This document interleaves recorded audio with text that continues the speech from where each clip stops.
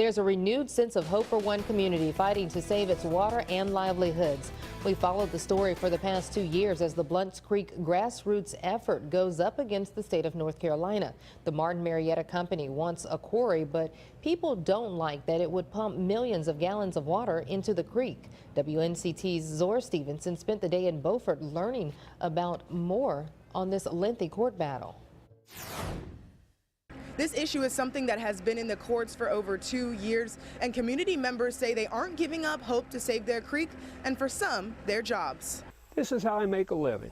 Bob Bolden offers sightseeing tours on Blounts Creek and says if it's ruined, it could curb his business. In March, an administrative law judge ruled against these creek supporters, objecting to the company's permits, but they appealed the decision. It'll be a different judge.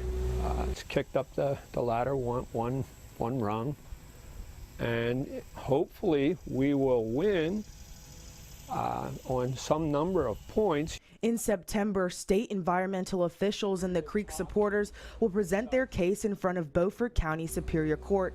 Captain Bolden says now the community's fight is about more than the creek itself.